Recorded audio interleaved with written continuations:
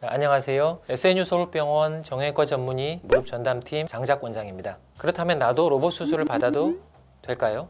라고 궁금해하시는 분들이 많을 것 같습니다. 환자분들 개개인마다 무릎의 상태가 다르기 때문에 이런 방법이 좋다, 저런 방법이 좋다 정해서 말씀드리기는 좀 어렵고 조심스러운 부분이 있습니다. 그러나 로봇 인공관절 수술은 수술 수준을 평균적으로 향상시킬 것으로 기대하기 때문에 인공관절 수술을 고민하는 분들에 있어서는 좋은 옵션이 되리라고 생각합니다.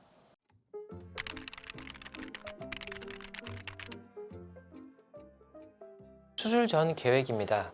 어떤 인공관절 사이즈로 어떻게 들어가는지가 나와 있고요. 얼마나 뼈를 절삭하는지, 얼마나 회전을 주는지 그런 것들을 계획해서 정합니다. 왼쪽 무릎이 내반슬이 심하고 퇴행성 관절염이 심했던 분이 수술 후에 인공관절이 잘 삽입이 되고 다리가 똑바로 펴진 그런 모습의 사진이 되겠습니다.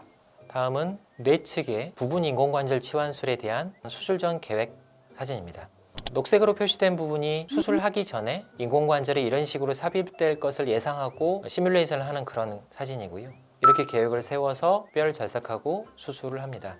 오른쪽 무릎이 내반 변형이 심하고 퇴행성 관절염이 뇌측 구역에 있었던 분이 수술 후에 인공관절이 잘 삽입되어 있고 뇌측에 있는 퇴행성 관절염이 이렇게 해결이 됐고요. 다리의 모양도 조금 더 펴진 사진이 되겠습니다. 무릎 관절에 어떤 이상 소견이 있을 때 도움이 될 수 있습니다. 다쳤거나 수술을 했거나 여러 요인에 의해서 뼈의 변형이 있는 분들은 무릎 인공관절을 할 때 사용하는 대퇴골의 골순의 정지침제 사용이 어려울 수가 있습니다. 그럴 경우에는 로봇 수술이 좋은 대안이 될 수 있습니다. 수술 중에 출혈이 적기 때문에 좀 더 빠른 그런 재활을 기대할 수가 있는데요. 수술 후에 통증이 좀 더 적고 좀 더 빠른 운동 회복을 원하시는 경우에 로봇 수술은 좋은 대안이 될 수 있을 것 같습니다.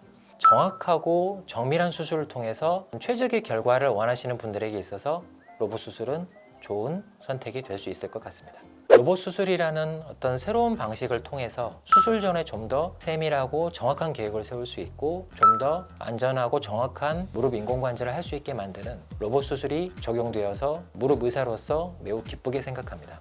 앞으로도 환자분들의 건강한 무릎을 위해서 더욱더 노력하는 무릎 의사가 되도록 하겠습니다. 구독과 좋아요 부탁드립니다. 감사합니다. 안녕히 계십시오.